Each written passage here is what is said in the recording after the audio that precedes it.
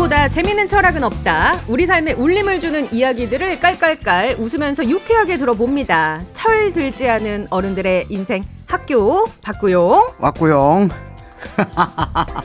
시작한 거예요? 시작했어요.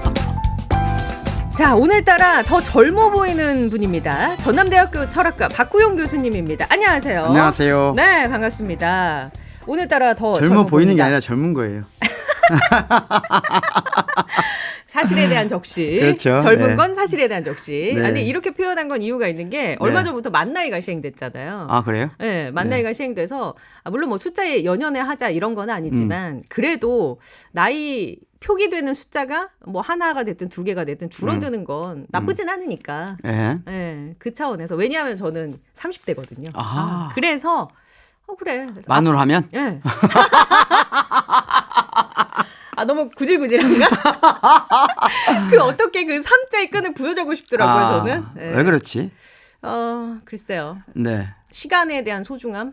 아, 그런가요? 숫자로도 확인받고 싶어 하는 것 같은 그런 느낌일 수도 있고. 시간이 진짜 소중하면 그런 연령주의에서 벗어나야 되죠. 아니, 연령주의랑은 조금 다른 건데 제가 말씀드리는 네, 거는 네. 그냥 뭔가가 그래요. 아무튼. 뭐 그러니까 그렇습니다. 숫자로 환원될 수 없는 세계. 그 이야기 네. 한 몇 주 있다 해주실 거로 알고 있습니다. 네, 네. 예, 숫자로 환원될 수 없는 세계에 대한 이야기. 그래도 만 30대는 아직 좋다. 행복하다. 아니 근데 이제 궁금해지더라고요. 교수님의 만 39의 모습은 어땠을까? 글쎄요. 기억은 나십니까? 나죠. 나는데 왜냐하면 그때 사람들은 생각을 좀 하잖아요. 20대, 30대 넘어갈 네. 때, 10대, 20대 넘어갈 네. 때, 30대, 40대 넘어갈 때 생각을 많이 하는데 30대가 됐을 때가 가장 저한테는 컸던 것 같아요. 30대가 됐을 때쯤 뭔가 내가 내 삶에 뭔가 책임져야 될 일이 너무 많아진다는 느낌이 있었어요.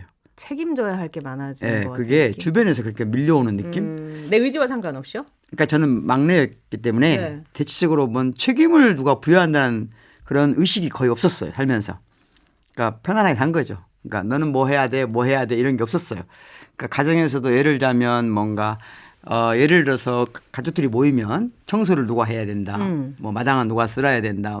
또는 뭐 어떤 의뢰를 해야 된다. 이렇게 있잖아요. 그럴 때 나는 항상 예외였어요. 특혜라고 하죠. 그런 뭔가 거를. 관심을 안 주는 거예요. 저한테. 예. 제가 뭘 하든 아무도 관심을 안 갖는 거예요. 제가 뭘 하든. 그 이제 위 첫째, 둘째, 셋째, 넷째 입장에서 보면 그렇지.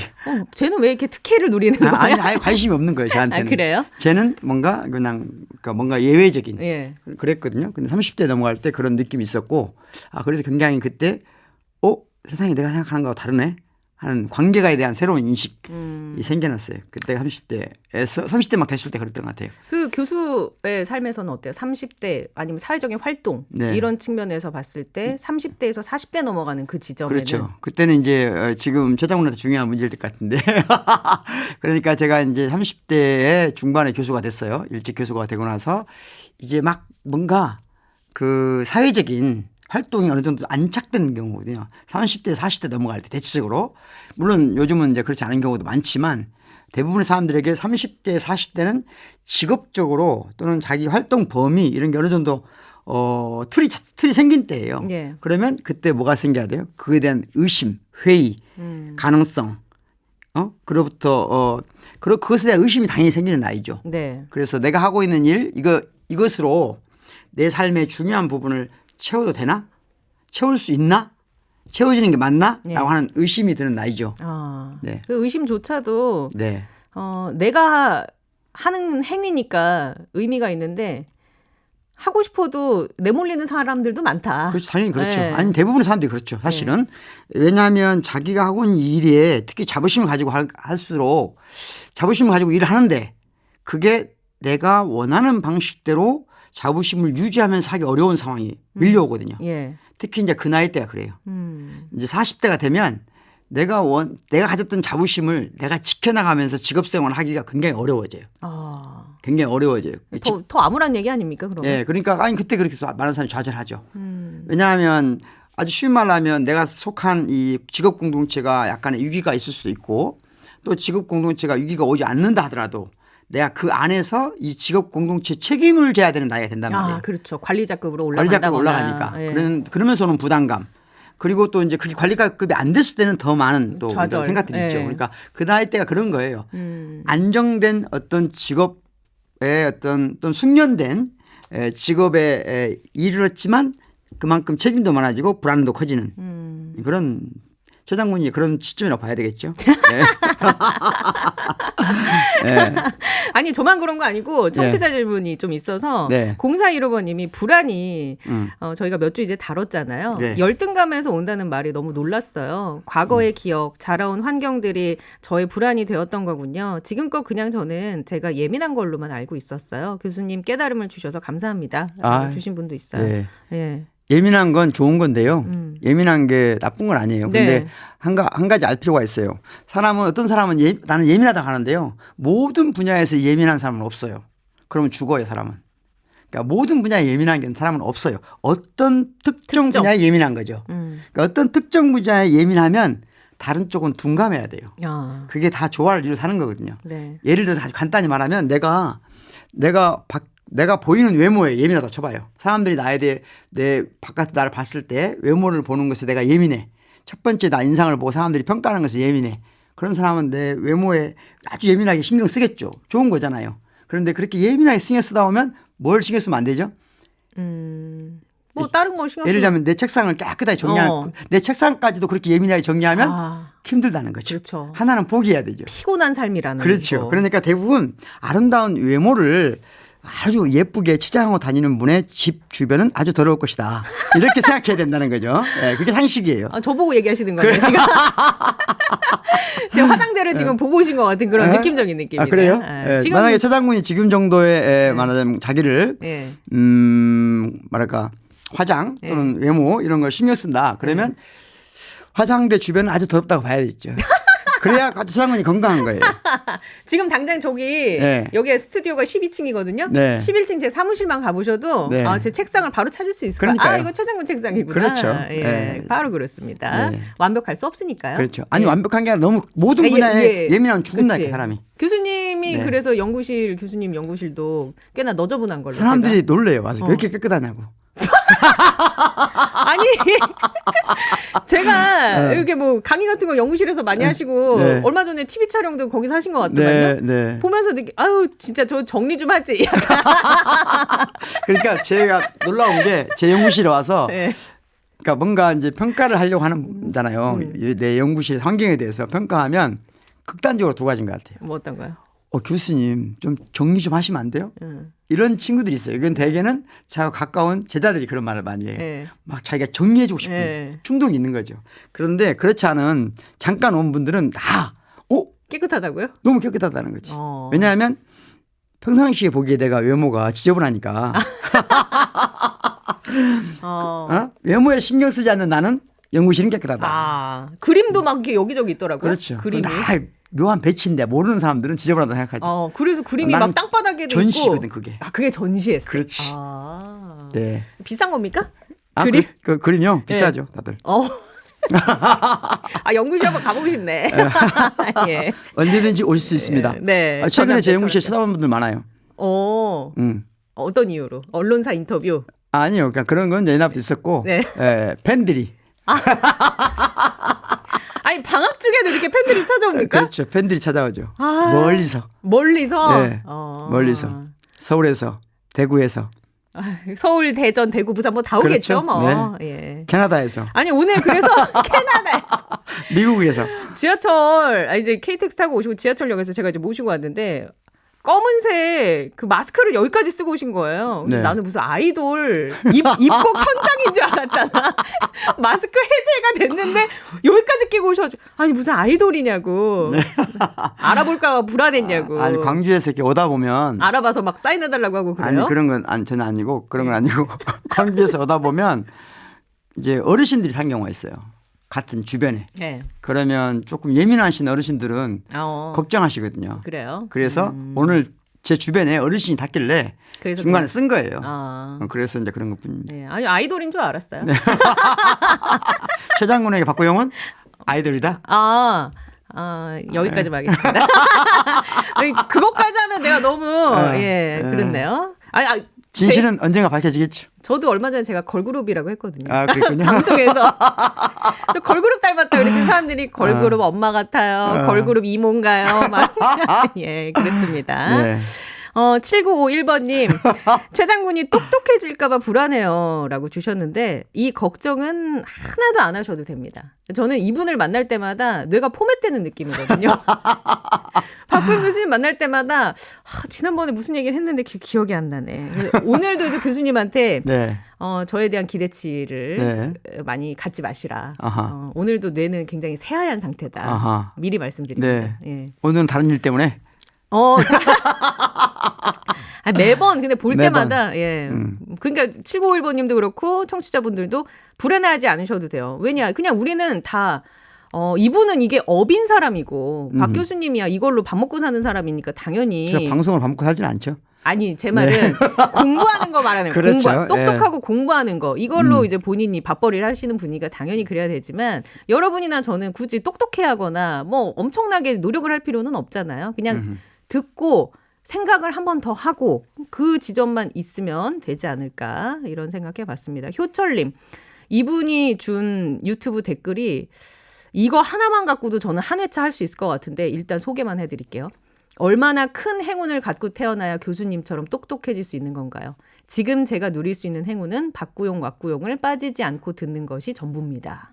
영광입니다. 네. 예. 근데 제가 똑똑한 건 아니고요. 아니 언제는 사실에 대한 적시는 박구영은 똑똑하다. 잘생겼다. 이건 사실에 대한 적시. 잘생긴 건 사실인데요. 똑똑한 건 아니고 그 맥락에 따라 다른데 지금은 저는 어떤 제가 오늘 얘기할 걸 생각하고 말하잖아요. 그러니까 똑똑한 것처럼 보인 거죠. 전혀 준비되지 않은 이야기하면 이 방송을 듣는 분이나 저나 똑같습니다. 갑자기 또 겸손을 보이시네. 예. 갑자기 적응이 안 되게 당황하는 저 장군. 네, 갑자기 겸손하시니까 어디에 그걸 맞춰야 될지 모르겠어요. 아무튼 이 지점에서 중요한 건 행운이라는 거. 제가 꽂힌 단어는 이거거든요. 행운. 네, 행운. 교수님이 본인이 여태까지 교수 생활을 일찌감치 시작한 것도 운이다. 네. 내가 노력한 부분도 있지만 이건 나의 운이다. 그럼 이걸 역으로 생각해 볼까요? 그러면 인생의 숱한 고비를 만난 사람들은 운이 나빠서 그런 겁니까? 그렇죠. 많은 경우. 근데 그게 운이 나쁘다는 건 자기 책임이 없다는 거예요. 다른 말로 하면. 다른 말로 하면 내일 다시 또 운이 올 수 있다는 얘기죠. 그럴 수 있을까요? 네. 단정지어서 얘기할 수 있어요? 네, 그럼요. 저는 잘 모르겠습니다. 원래 이제 그 주역이란 게 있잖아요. 주역. 중국에. 주역 대부분 아실 건데 주역이라고 하는 것은 이제 그 일종의 동양에서 유불도가 있잖아요. 유교, 불교, 도교. 그런데 불교나 도교는 굉장히 심도 깊은 철학이 있어요. 형이상학이 있고 그리고 세계관이 있고 그런데 원래 유교는 그런 쪽이 약하거든요. 그 약한 걸 보완하기 위해서 주역이라고 하는 것이 하나는 새로운 유교적 형이상학 체계가 성립된 거거든요. 그런데 유교적 형이상학의 핵심이라고 할 수 있는 주역의 이론을 아주 간단히 얘기하면 주역이라는 게 그거잖아요. 운세잖아요. 네. 그 주역의 전문가들의 최고의 전문가한테 들은 학습한 바로 제가 간단히 말을 들으면 주역의 핵심은 오르막길이 있으면 내리막길이 있고 내리막길이 있으면 오르막길이 있다는 거예요. 이게 근데 인생 시기와 잘 맞물려서 불운이 찾아오고 운이 찾아오고 하면 좋은데 내가 어찌할 수 없는 시점에 찾아온 불운은 평생을 좌지우지하는 시대란 말이에요. 그게 문제인 거예요. 제가 봤을 때는. 그러면 그 사람의 인생이 예를 들어서 생후 뭐 1개월부터 20년까지의 운이 안 좋았어요. 그러면 그거 운이라고 받아들였다 쳐요. 안 좋았어. 근데 20년의 인생이 앞으로 80을 좌우하는 그런 세상이라고 치면 그 20년의 인생의 불운을 너는 운이 안 좋았으니까 운이 좋아질 거야 라고 치부하기에는 그 사람이 살아갈 80년이 나는 너무 잔인하다고 생각하는 거죠. 일단 운을 그렇게 20년, 30년 막 80년 이렇게 나누는 것은 운에 대한 제가 보기엔 잘못된 이해예요. 그것은 운을 핑계로 뭔가 세상에 대한 안갚음을 지금 토로하는 거고요. 운을 좀 잘게 쪼갤 필요가 있어요. 운을 잘게 쪼개는 거고 잘게 쪼개진 운을 연결시키는 게 나의 의지죠. 네. 나의 능력이고 나의 뭔가 행위죠. 예. 그러니까 중요한 건 적어도 운은 순간순간 왔다 사라지는 거예요. 그걸로 봐야지 길게 보지 연결된 걸 보면 마라? 안 돼요. 예, 연결 내가 시키는 거죠. 그래요? 내가 시킨다고 봐야죠. 그러면 알겠습니다. 이 네. 부분 뭐 나중에 한번 우리가 다룰 네. 시간 있으면 좀 더 얘기 좀 더 나눠봤으면 좋겠어요. 심도 있게. 심도 예, 있게. 그래요. 어. 좋죠. 할 얘기가 운, 행운. 네, 행복 같이 연결시킬 수 있죠. 있어요? 그럼요, 당연하죠. 철학적으로? 네, 그럼요. 예. 제 책에 나와 있습니다. 책 어디에 나와 있습니까? 예? 행복에 대해서 자유의 폭력. 자유의 폭력. 예. 알겠습니다. 기대하겠습니다.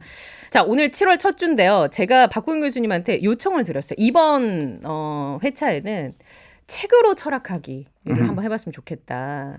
왜 제가 책으로 철학하자고 했을까요? 글쎄요. 왜 갑자기 최 장군이 뜬금없이. 예. 갑자기 이 요청을 딱 받았을 때 그런 생각이 들었어요. 지금까지 나한테 강의 드는 게 좀 질렸나? 조금 지겨웠나? 그렇게 생각하셨어요? 아니 그렇게 생각할 뻔했죠. 할 뻔했다고. 네. 크게 두 가지 이유만 좀 얘기를 드릴게요. 하나는 개인적인 이유, 하나는 사회적인 이유를 이렇게 좀 쪼개볼 수 있을 것 같은데 오늘은 이거 얘기하다가 다 끝나겠네요. 책으로 철학하기를 왜 하고자 했느냐. 근데 제 얘기가 좀 많더라도 여러분 이해해 주세요. 왜냐하면 그만큼 제가 의미 부여를 한 시간이기 때문에 충분히 상황 설명을 하고 좋아요. 예, 그래야 여러분께서 같이 저희랑 호흡을 할 수 있지 않을까 생각합니다. 앞으로 오랫동안 책 읽기를 할 거니까. 왜 책 읽기 하는지. 왜 책 읽기를 해야 되는지. 네. 일단 첫 번째 개인적인 이유는 제가 이제 어렸을 적에 저희 집이 잘 살지 못했어요. 그래서 이제 저는 중학교 2학년 때 피자집 전단지 알바를 했었어요. 이게 전단지 붙이고 다니는 알바를 했었어요. 근데 시장군 그냥 막 부티가 흐르는데. 그렇게 보셨죠? 네, 전혀 그렇지 않아요. 예를 들어 뭐 금수저잖아요. 네. 이제 교수님은 저는 한 동수저 정도 되려나? 그럼 됐네. 네. 그래서 중학교 2학년 때 그 피자집 전단지 알바를 하면 그거 알고 계세요? 그러면 누구는 이래요. 전단지를 이렇게 배부를 받아요? 그럼 그거 어디다 버리고 다 붙였다고 하면 되는 거 아니야? 그러면 일단 시간 어디서 적당히 때우고 그러면 안 됩니다. 왜? 이 전단지를 붙인 날 전화 콜수가 늘게 돼 있거든요. 네. 그 늘지 않으면 이걸 안 붙였다는 뜻이기 때문에 돈을 못 받아요. 진짜? 무슨 얘기인지 알죠? 그러니까 이거 붙여서 콜수가 늘어야 그 돈을 받을 수 있는 거예요. 그래서 저는 여기 상암동 앞에도 가면 뭐 필라테스, 음식점 뭐 이런 거 전단지 주는 어르신들 되게 많아요. 네. 하나도 빠짐없이 다 받아요. 왜냐하면 그렇지 않으면 네. 이 부스를 채워야 하는 이분들의 노동이 길어질 걸 알기 때문에 아무튼 뭐 이건 좀 딴소리긴 하지만 네. 이제 그러면서 이제 저는 학업 성적 학교에서 하는 공부만 그냥 챙기면서 어른들이 하지 말라는 거 진짜 많이 하면서 살았거든요. 집에 책이 많이 없었고 그런 환경이 아니다 보니까 책을 잘 접할 수가 없었어요. 학창 시절에. 그래서 약간 좀 정신 차리고 난 다음에 솔직히 교수님 같은 사람이 좀 부러웠어요. 집에 좀 책이 많았고 그런 분위기에서 자랐던 친구들이나 이렇게 보면 뭔가 좀 있어 보이잖아요. 있어 보여서. 대부분 가짜 책인데. 근데 뭐 어쨌거나 보이긴 있어 보이니까. 그래서 나도 좀 책을 읽고 싶은데 어디서부터 어떻게 읽어야 될지 모르겠는 거예요. 모르겠어요. 그럴 수 있죠. 그러니까 교과서야 그냥 시험 문제 나온다고 하니까 그 단락을 보면 교과서는 되고. 책이 아니죠. 네, 그렇게 하면 되는데 책을 어디서부터 내가 어떻게 봐야 되지? 그게 너무 막막하더라고요. 근데 이게 나만 그런 게 아닐 것이다. 지금 방송 듣고 계신 분 중에 초등학교만 나오신 분들도 있고요. 중학교만 나오신 분들도 있어요. 고등학교 뭐 나오신 분도 있고 얼마 전에 대학 교수님도 연결을 했어요. 그러니까 다 이 레인지가 달라요. 학업의 레인지가. 그래서 이제 그분들한테 이런 얘기 해주고 싶었어요. 나 초등학교만 나왔는데 나 책 읽고 싶은데 방법을 모르겠다. 중학교만 나왔는데 나 읽고 싶은데 모르겠다 하시는 분들 주눅 들지 말고 최 장군이랑 같이 읽어보자. 나도 모르고 여러분도 모르니까 박 교수님이 그나마 여기서 독서 짬밥이 굉장히 기니 한 40년을 갑자기 짬밥도 안 먹어보신 분이 독서 기간이 가장 기니 네. 이분한테 우리가 한번 배워보자라고 말씀을 드려보고 싶었다. 그리고 이제 밥벌이 하시느라고 바쁘신 분들도 책을 가까이 하고 싶었지만 방법을 모르시는 분들한테 알려드리고 싶었다. 이 책을 함께 읽는 법에 대해서 하나 이제 그런 저의 개인적인 이유. 두 번째가 사회적인 이유예요. 사회적인 이유는 뭐냐면 방금 여기 사회적인 이야기 하기 전에 최 장군이 저를 이 왁구용 박구용 초대할 때 제가 이 응한 박구용 왁구용 이 프로그램에 하자고 했을 때 제가 하게 된 이유도 이 이유와 연관돼 있는데 사실은 저는 이제 철학 강의를 많이 하기 때문에 따로 이렇게 방송까지 할 생각은 없었거든요. 없었는데 최 장군 말이 왜 철학 강의는 모두가 들으면 안 되냐. 누구나 방송을 들었으면 좋겠다. 그래서 배움이 없는 사람, 철학이라는 글자를 한 번도 접해보지 않은 사람도 철학 강의를 들었으면 좋겠다. 그 말에 제가 설득돼서 온 거거든요. 같은 맥락이네요. 그렇죠. 네, 좋아요. 네. 울지는 마시고. 나 근데 조금 걱정되네. 네, 약간. 울지 마시고. 네. 저를 보면 울음이 확 꺼져요. 네. 그리고 사회적인 이유는? 두 번째는 이제 사회적인 이유인데. 네. 내가 사회를 보는 것 같네. 제가 만약에 좀 뭐 하면 교수님이 진행 좀 해주세요. 저는 이제 지금 우리가 살고 있는 세상이 시간과 좋은 사이를 빼앗긴 세상이 아닐까 이렇게 규정을 하고 싶더라고요. 시간과 사이를 빼앗긴 관계를 빼앗긴 관계와 사이를 빼앗긴 세상이다. 이럴 때 우리가 스스로에게 해줄 수 있는 위로 방법이 책 읽기가 아닐까. 사이와 관계에 대한 얘기는 좀 차치하고라도 네. 시간 제일 중요하다고 하셨잖아요. 네. 인간에게 시간은 누구에게나 공평하고. 그렇죠. 근데 이 소중한 가치인 시간을 그 주체가 내가 되어야 되는데 그게 점점 타자로 이동하고 있다라는 생각이 들었어요. 그 이야기는 다시 얘기해서 이 시간을 내가 주체적으로 쓸 때 잠시나마 행복감을 느끼지 않습니까? 그렇죠. 내가 먹고 싶을 때 먹고 자고 싶을 때 자고 내가 뭔가를 하고 싶을 때 뭔가를 하고 만나고 싶을 때 만나고 싶을 때 헤어지고 만나고 싶을 때 헤어지고 그렇죠. 네. 그런데 잘 생각해 보면 여러분이 여기서 공감하실지 모르겠어요. 세상이 너무 각박해지다 보니까 살아남기 위해서 경쟁에서 뒤처지지 않기 위해서 내 시간을 내 자신에게 의미 있게 쓰기보다는 남을 공격하는데 남을 밟는데 혐오하는데 이런 데 쓰고 있진 않는가. 물론 그렇게 시간을 쓴 행위자는 나일 수 있지만 그 행위를 하게끔 유도한 어떤 의식 구조 그런 상황을 만든 사람은 누구이냐. 내 외부에 존재하는 타자, 시스템 이런 네. 거 아니냐. 그런 얘기를 좀 더 쉽게 해보면 이제 조금 어려웠어요? 어렵죠. 지금 들은 분들은 어려울 것 같아요. 좀 쉽게 해보면 예를 들면 시간이 소중하다는 것은 방금 최 장군이 말씀하신 것처럼 내가 주도적으로 내 시간을 편성한다는 의미에서도 시간이 행복감을 느끼고 시간도 중요하지만 이 말은 지금까지 내가 편성해 온 시간도 중요한 거잖아요. 다른 말로 하면 내가 한 공간, 예를 가족이라든가 또는 학교라든가 또는 직장에서 누구와 관계를 맺어왔단 말이에요. 어떤 방식으로. 그 안에는 여러 가지 사연이 있겠죠. 그러나 어쨌든 서로 관계를 맺어오고 서로 어떤 이 분위기를 만들고 그러면서 소중한 시간들이 축적되잖아요.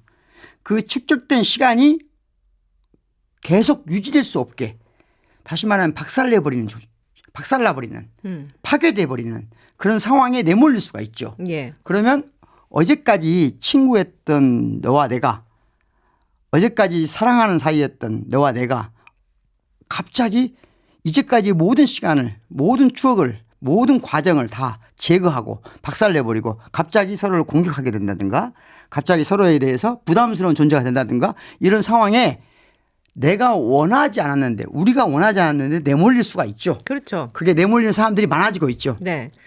그래서 이럴 때 이제 누군가는 이런 조언을 하죠. 존버해라. 소위 요새 말로 요새 말로 존버가 뭐예요? 존버 방송용 용어는 아니니까 예. 궁금하면 네이버에 검색해 보세요. 근데 저는 이게 어떻게 해석하면 좀 잔인한 말일 수 있다. 그냥 버텨라라고 버티면 답 나온다라고 얘기하는 사람들이 있는데 답 나온다고 누가 장담할 수 있느냐. 예. 그 사이에 시간은 흐르거든요. 그 소중한 시간이. 그 소중한 시간을 유린당했다는 것에 대한 자각도 없이 허망하게 보낸 시간은 누구한테 보상을 받을 것이냐. 네. 그러면 적어도 이 시점에서 우리가 책을 읽으면 셀프 보상 정도는 할 수 있지 않을까? 네. 그래서 그 시간을 통해서 가치 있는 책을 통해 꼼꼼하게 읽어서 능력을 키워보면 적어도 내가 허송세월 보냈다고는 생각하지 않을까? 뭐라도 남지 않을까? 그러네. 그러니까 지금 정확하게 사람마다 처지는 다르고 환경은 다르겠지만 뭔가 자신의 시간이 지나온 시간이든 앞으로 살아갈 시간이든 그 시간이 뭔가 알 수 없는 방식으로 파괴되고 있거나 뭔가 알 수 없는 방식으로 부정되고 있다고 느끼는 많은 사람들에게 위로가 될 수 있는 또는 대안이 될 수 있는 그런 방식으로 책 읽기를 해보자 했다는 거죠. 그렇죠. 아, 어렵네. 예. 어떻게 생각하십니까? 최 장군이 이 책 읽기, 철학하는 걸 책 읽기로 해보자라는 것에 이러한 두 가지의 뜻이 담겨 있다. 네. 지식인들의 특징이 있죠. 뭔가 자기 행위에 꼭 의미를 부여해요. 저는 지식인이 아니거든요. 지식인 맞아요. 아니, 내가 보니까. 최 장군이 지식인 많습니다. 저는 인정받고자 하는 욕구는 있지만 지식인은 아닙니다. 예. 엄청난 지식인들은 특징이 있어요. 항상 자기 행동에 정당성을 부여한다. 네. 그래서 좋습니다. 여러분이랑 함께 네. 책 한 권을 들고 한번 파보도록 하겠습니다. 어디에서 의미를 찾을지 어떻게 읽어야 할지. 그래서 첫 번째 책으로 어린 왕자를 들고 오셨어요. 네. 어린 왕자를 고른 이유는 일단 그건 첫 번째는 제일 좋은 책이에요. 제일 좋은 책이다. 아니 좋은 책이에요. 좋은 책이다. 네, 세계적으로 가장 많은 사람들한테 사랑받을 만한 책이에요. 왜냐하면 이 책에는 문화적 코드가 어떤 특정 문화권에 종속되지 않을 만큼 문화적 코드가 열려 있다는 것이 가장 큰 특징이에요. 그리고 모든 문화권만이 아니고 모든 연령대에 열려 있는 책이에요. 그러니까 모든 문화권에서 모든 나이의 사람들이 읽을 수 있고 읽어야만 하는 책. 그리고 또 실제로 가장 많은 사랑을 받는 책. 그래서 정치적으로 이데올로기적이지도 않고요. 그러면서도 사회에 대해서 비판적인 시간 아주 높은. 그러니까 특정 이념을 가지고 사회를 비판하는 게 아니라 가장 보편적인 그러나 모든 시선에서 다 각자의 방식으로 사회 비판이 가능한 그런 책이에요. 그래서 어린 왕자 선택했습니다. 그래서 네. 선택하셨군요. 네. 어린 왕자 책 제목은 지금 방송 듣고 계시는 분들 누구나 다 들어봤을 법해요. 네. 근데 이 스토리에 대한 기억은 다 다를 수 있어요. 그렇죠. 유명한 부분이 회자되는 것도 있긴 있죠. 많죠. 예, 많죠. 그건 유명하잖아요. 네. 너가 오후 네. 4시에 온다면 난 3시부터 어떻게 될 거고 기다릴 거고 이 그건 부분이 소녀들한테 기억되는 거지 주로. 그 부분이 일단 제일 네. 유명하고 보아뱀 그림 얘기도 유명하고 바오밥 나무 단어도 네. 등장하고 그러니까 이제 파편화된 기억들은 다 있을 텐데 이걸 하나의 맥락으로 우리가 어떻게 이걸 살펴볼 것이냐 그렇죠. 아니면 그 안에 의미 부여를 어떻게 할 것이냐 이건 조금 다른 문제잖아요. 네. 그런 이야기를 이제 앞으로 해주시겠다. 일단 책 읽는 방법을 우리가 알아야 되잖아요. 책을 읽는 방법. 그렇죠. 저처럼 이제 진짜 책을 읽는 것. 책을 읽는다는 게 뭘까 하는 걸 또 알아야 돼요. 예. 책을 읽는다는 게 뭘까? 책 읽는다는 것. 네. 책을 읽는다는 게 뭘까? 하는 거거든요. 첫째는 책 읽는 건 저는 이제 표현을 하기를 놀이라고 표현해요. 놀이가 된다. 노동이 되는 사람도 있지 않을까요? 네, 노동이 되면 안 되는 거예요. 고역이 되는. 그렇지. 책만 보면 잠이 와요. 네, 놀이가 돼야만 놀이가 즐거움을 생산해야 되거든요. 그러니까 책 읽는 즐거움이 있어야만 가치가 있는 거예요. 읽는데 즐겁지 않다. 그러면 이건 정말 뭔가 문제가 있는 거예요. 예. 그래서 읽는데 즐겁다는 게 뭘까? 읽기 즐거움이라는 게 어디서 오는 걸까? 하는 건데요. 핵심이 뭐냐? 내가 이것의 소비자로 전락하면 안 돼요. 소비자로 전락하면 안 되고 네. 그 안에 주체자로 단순 남아있어야 돼요? 독자가 되면 안 돼요. 어떻게 해야 됩니까? 그럼? 그러니까 나는 이 책을 읽으면서 읽으니까 독자잖아요. 독자이면서 동시에 저자가 돼야 돼요. 소비자이면서 생산자가 돼야 되는 거예요. 와, 지금 책 하나 읽는 것도 힘든데요. 거기에다가 지금 저자까지 되라고 그러니까 뭔가 생산해내는 즐거움을 알아야 되거든요. 생산해내는 즐거움. 뭔가를 만들어내는 즐거움. 그걸 제가 그 니체의 유명한 말 있잖아요. 힘의 의지. 권력의 의지 아니고요? 권력의 의지라는 표현은 나중에 잘못된 표현이고요. 힘의 의지가 정확한 표현이고 그 힘은 뭔가를 만든다는 거예요. will to power. 그렇죠. will to make. will to making이다. 그래서 항상 얘기하잖아요. 그러니까 책을 읽을 때도 이 책을 단순히 소비하고 그래서 읽고가 아니라 내가 쓰는 사람이 돼야 된다 이거죠. 새로 쓰는 사람. 새로 쓰는 사람이 되는 거예요. 새로운 어린 왕자를 내가 쓰는 거예요. 근데 그게 처음 책을 딱 펼쳐 들었어요. 네. 첫 읽음에 그게 가능합니까? 그 가능하죠. 이제 해보는 거죠. 해보는 건데 너무 과대평가하는 거 아니에요? 아니, 사람들이 제일 먼저 어떤 강박에서 벗어나야 되냐면요. 책이 어떤 정확한 메시지가 있고 정확한 메시지를 내가 이해하는 게 중요해. 이렇게 생각하면 책의 노예가 되는 거예요. 그럼 즐겁지가 않아요. 예. 그거 빨리 찾아내야 되니까 막 급해져요. 네. 그래서 막 끝까지 읽어봐야 되거든요. 뭔가 어디에 답이 있지 이렇게 찾는 거거든요. 그럴 필요가 전혀 없는 거예요. 제 연구실에 오는 많은 사람들이 이 많은 책을 다 읽어요? 하루에 한 권씩 사서 책 읽어요? 이런 말 하는데 그런 게 아니에요. 책은 내가 어린 왕자 샀어요. 표지만 볼 수도 있는 거예요. 왜 저 주에까지 읽어야 돼요? 그럴 이유가 어디에 있어요, 도대체? 그럼 엄마들이 그런 얘기하죠. 이 돈지. 그러려고 왜 샀어? 아니에요. 그럴 필요가 전혀 없어요. 전혀 없는 거예요. 아니면 마음이 편해지려고 네. 책을 사서 그냥 네. 표지만 보고 편해져도 괜찮은 거예요? 그럼요. 그냥 내가 책 사서 가지고 있는 것도 얼마나 좋아요. 예. 표지만 보고. 그렇죠. 자유와 폭력도 마찬가지입니다. 그렇지. 목차만 보는 거죠. 아니 이건 정말 농담이 아니에요. 그러니까 제가 제 책을 얘기할 때 꼭 읽으려고 하지 않는다. 그런 말 하잖아요. 자유의 폭력 근데 잘 팔리고 있어요. 그거 읽으려고 사는 거 아니에요, 교수님. 아니 우리 이 방송을 들으신 분들이 많이 사주시는 것 같더라고요. 아유, 또 왜 그러세요? 선물도 해주시고 그래서 어떤 분이 친구가 이 방송을 듣은 친구가 선물을 했대요. 읽고 네. 광주 시민자유대학 회원까지 되신 분이 있었어요. 우리 방송을 듣고요. 네, 네. 우리 너무 고맙게 생각하는데 예. 아무튼 책 읽기란 뭐냐? 책의 정답을 찾으려고 하면 안 돼요. 그런 건 없어요. 네. 그러면 책의 노예가 되는 거예요. 예. 나는 저자의 죽음이란 말 들어봤죠. 네. 저자는 이미 내가 돼야 되는 거예요. 저자는 이 글을 쓴 사람이 아니고 네. 이 글을 쓴 사람도 하나의 저자인 거예요. 어린 왕자를 쓴 사람이 누구죠? 생텍쥐베리. 생텍쥐베리. 예. 생텍쥐베리 이렇게 말하면 안 나오잖아요. 풀네임을 해야 된다. 생텍쥐베리. 네. 이름이 생. 성이 텍쥐베리. 생텍쥐베리는요. 프랑스식 이름인데 세인트거든요. 네. 성. 네. 그러니까 세인트인데 이걸 이제 마지막에 T가 붙잖아요. 네. 그걸 붙여서 읽거든요. 연음으로 처리해서. 네, 붙여서 읽다 보니까 땡쥐베리가 된 거예요. 네. 그런데 생 텍쥐베리. 앙뚜앙. 앙뚜앙. 네, 앙뚜앙 드 생텍쥐베리. 앙뚜앙 드 생텍쥐베리. 생텍쥐베리. 예. 그러니까 원래는 생텍 연음식으로 읽어야 되는 거예요. 생텍쥐베리로 읽어야 되는데 예. 그래서 앙뚜앙 드 생텍쥐베리. 예. 이 사람은 이름 정도는 알면 좋죠. 예. 근데 이 사람이 그러니까 생텍쥐베리 그러는데 여러분들은 이제 앞으로 앙뚜앙. 앙뚜앙. 앙뚜앙. 앙뚜앙의 어린 왕자. 네, 앙뚜앙의 앙뚜앙 이름이거든요. 네, 앙뚜앙 드 생텍쥐베리. 앙뚜앙 드 생텍쥐베리. 그러니까 그 사람이 쓴 책이고 이 사람은 잘 알다시피 조종사였어요. 비행기 조종사. 비행기 조종사였고 그리고 실제는 이 어린 왕자 책을 쓰고 출판되고 나서 어딘가에서 사라졌어요. 예, 비행기 타고 발견되지 갔다가. 않고. 발견되지 않았고. 예. 네, 그래서 전설처럼 살다 간 분인데 이분이 쓴 이 책의 저자이기도 하지만 내가 이 책을 손에 쥐는 순간 나도 이 책의 저자가 되겠다는 생각을 해야 된다. 그래야 책 읽기가 되는 거다. 그게 놀이로 느껴지고 그렇습니다. 노동이 그래서 아니다. 모든 책을 읽을 때 마찬가지예요. 책 표지를 들었어요. 내가 지금부터 이 책의 저자가 되자. 생산자가 되자. 그래야 즐거운 겁니다.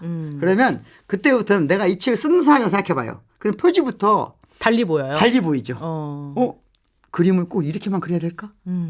이렇게 생각이 들잖아요. 예. 야, 그림 다르게 그리면 어떨까? 이 그림은 뭐지? 하나하나가 다시 보이기 시작해요. 내가 이것을 그렸다고 생각하면. 그러니까 이걸 내가 쓰는 사람은 한 번에 쓸 수 없거든요. 예. 그러니까 오늘은 여기까지만 쓰자. 내일은 여기까지만 쓰자. 그런데 쓰는 사람은 어떤 특징이 있어요? 저는 이제 오랫동안 칼럼을 썼거든요. 예. 칼럼도 쓰고 책도 쓰는데 책은 이제 많은 양을 쓰다 보니까 좀 다른데 칼럼 같은 경우는 1750자 되게 그렇게 쓰거든요. 1750자 쓰면은 조사까지도 다 기억할 수 있어요. 10년 지나도. 왜 그래요? 내가 여기 심혈을 기울이거든요. 예, 한자. 조사를 붙일 때 네. 띄었다 뺐다 하거든요. 예, 많은 사람들이 이 글을 읽고 이 조사 때문에 상처받을 수도 있고 기쁨을 누릴 수도 있잖아요. 그만큼 내가 이 책의 저자가 되는 순간 토시 하나까지도 유심히 읽게 된다. 교수님의 칼럼을 제가 다 읽었지 않습니까? 아, 그렇습니까? 다 읽었는데 네. 교수님의 문장의 특성이 짧아요. 그렇죠. 근데 힘이 있어요. 그렇죠. 그래서 제가 좋아합니다. 갑자기 뭐 힘이 들어가네. 네. 그래서 박고영 교수님을 꼭 모셔야겠다라고 생각한 그랬군요. 이유 중에 하나. 제가 학생들한테 글쓰기 지도를 하거든요. 어제도 이제 기말고사 끝날 때 제가 학생들한테 한 가지 제안을 해줘요. 서비스인데 내 전공 수업을 들은 모든 학생에게 죽을 때까지 내가 살아있을 때까지 내가 살아있을 때까지 자기 글에 대해서 피드백을 받고 싶으면 언제든지 와라. 그러면 안 올 거라고 생각하거든 나는. 근데 많은 학생들이 와요? 오늘 학생들 있죠. 안 해줄 수 없잖아. 이 뱉어놓은 게 있으니까. 그렇지. 네. 네, 어제도 그런 학생이 있었는데 근데 특징이 그래요. 되게 그래도 글을 잘 쓴 학생들이 꼭 와요. 안 그랬으면 좋겠는데 글을 이미 잘 쓴 학생들이 와요. 네. 그러면 이제 한 문장 한 문장씩 분석해 주거든요. 네. 그러면 제일 많은 경우가 뭐냐면 어제 학생 경우는 첫 번째 문장을 한 문장을 내가 4문장으로 쪼개준 거예요. 아. 그게 돼야 되거든요. 그게 돼야 되고 그거에서 전 이제 말을 하는 사람이잖아요. 네. 글을 그렇게 쓰는 사람은 말을 할 때도 어떤 특성이 있냐면 주어 동사가 일치합니다. 네, 그렇죠. 그러면 매력적으로 들리죠. 우리 최장군도 학생을 가르치는 사람이라 정확히 알고 계신 거예요. 주어 동사 일치가 굉장히 중요한데 네, 그렇죠. 대부분의 사람들과 얘기하면 그 주어 동사 일치가 안 되는 경우가 허다하다. 네, 흔들리죠. 예. 주술 관계가 흔들리면 망하는 겁니다. 중간에 이그 저 뭐 네, 그렇죠. 이런 단어들이 많이 들어가면 전 그런 단어 쓰는 거 별로 안 좋아하거든요. 네. 근데 아무튼 대다수가 많이 쓰긴 해요. 사실은 네. 접속사도 안 쓰도록 저는 가르쳐요. 그리고 그러나도 없이도 문장이 돼야 좋은 맞아. 문장이다. 가능하면. 예. 가능하면. 네. 이야기가 너무 길어졌는데. 그랬어요. 하여튼 우리가 어린 왕자를 선택했고 어린 왕자는 어마어마하게 사랑할 만한 사랑스러운 그래서 어린 왕자와 만난다는 건 뭐죠? 예. 야, 어린 왕자, 어린 공주 뭔가 알 수 없지만 뭔가 희망을 주잖아요. 그 미지의 세계로 빨리 가고 싶다. 그렇죠. 상상력의 세계. 예. 그래서 그 안에서 우리 스스로 어린 왕자를 만들어 보자고요. 너무 좋아요. 예. 본인이 어린 왕자라고 생각해서 이걸 들고 오신 건 아니죠? 박구용이 그건 저의 정신 분석을 해봐야 알겠습니다. 박구용이 나 어린 왕자인데 이걸 여기에 꽂혀갖고 갖고 오신 건 제가 만약에 그 정도까지 의식이 갔다 그러면 상당히 위험한 상황인 거죠. 안 좋은 것이다.